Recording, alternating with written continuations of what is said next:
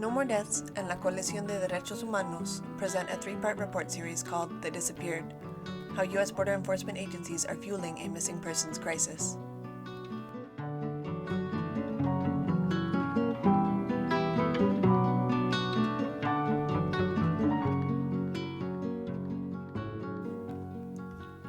There is a search and rescue crisis in the borderlands.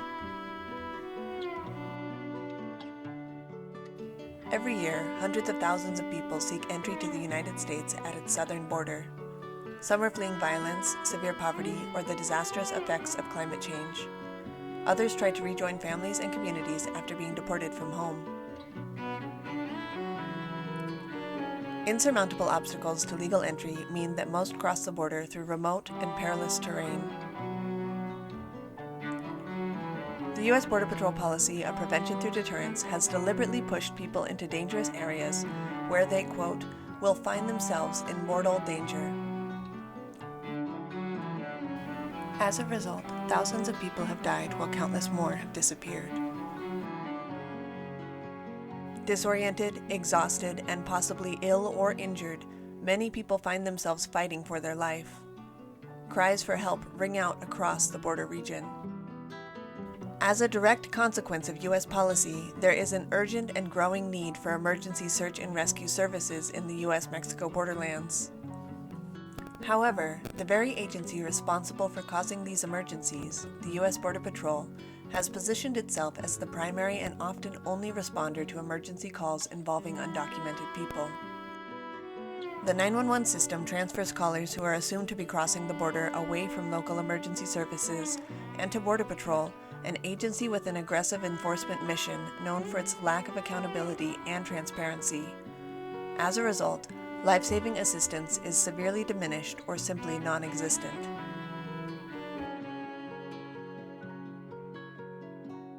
In Part 3 of the Disappeared Report series, Left to Die, we detail a Border Patrol-dominated emergency response system fraught with dead ends. Our team reviewed hundreds of emergency cases received by the Derechos Humanos Missing Migrant Crisis Line, a community resource created to help family members in searching for their loved ones. We found that in at least 63% of all distress calls where families and advocates referred to Border Patrol, the agency did not conduct any confirmed search or rescue mobilization whatsoever. In the 37% of cases in which Border Patrol did mobilize a response, the quality and scope was seriously diminished when compared with government search and rescue standards for cases involving U.S. citizens. In most of these emergency cases, Border Patrol searches lasted less than a day, sometimes less than an hour. 25% of all confirmed Border Patrol searches ended in disappearance, meaning that the person they were searching for was never rescued, nor were their remains ever located and identified.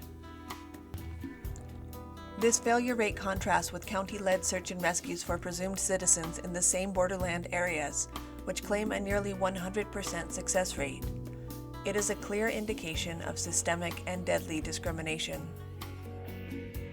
Without adequate government assistance, families and humanitarian groups are often left to conduct the search and rescues themselves. We find, however, that Border Patrol agents routinely obstruct community-based efforts to locate and rescue the missing. Border Patrol agents obstructed family and humanitarian search efforts in at least 114 emergencies, or in 25% of cases, fielded by community advocates. This interference includes numerous cases in which Border Patrol agents refuse to provide critical information to families and community search teams, in which they denied access to eyewitnesses in custody, in which they forwarded advocates and families to other agencies, to non-working phone numbers, or full voicemail boxes, in which they provided false or misleading information to families and volunteers, and in which they harassed humanitarian search teams in the field. As a consequence of this obstruction, families of the missing struggle to navigate a system that is designed to fail. Border Patrol's monopoly over and neglect of emergency response is especially paradoxical, as they are responsible for driving people into life-threatening crisis. Daily, agents chase and scatter groups of people through rugged terrain, causing injury, disorientation, and separation from guides and traveling companions. We find Border Patrol is more than twice as likely to take part in directly causing a person to go missing through dangerous enforcement tactics than they are to participate in locating a person in distress. And so, no matter how well positioned or resourced the U.S. Border Patrol becomes for conducting searches and rescues, the agency will only ever be responding to a constantly growing number of emergencies of its own making. And ultimately, the agency's enforcement priority will always undermine the genuine provision of humanitarian assistance. Therefore, we don't advocate for the improvement, expansion, or reform of Border Patrol's so-called humanitarian initiatives.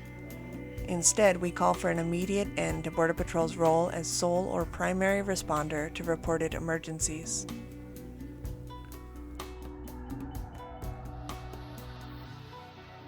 We demand search and rescue practices that are robust, timely, non-discriminatory, and fully separated from law enforcement.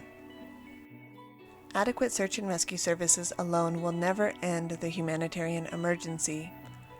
Therefore, our urgent demand is that the U.S. Border Patrol, Customs and Border Protection, and the Department of Homeland Security immediately defund and ultimately dismantle Border Patrol, demilitarize the border, and decriminalize migration.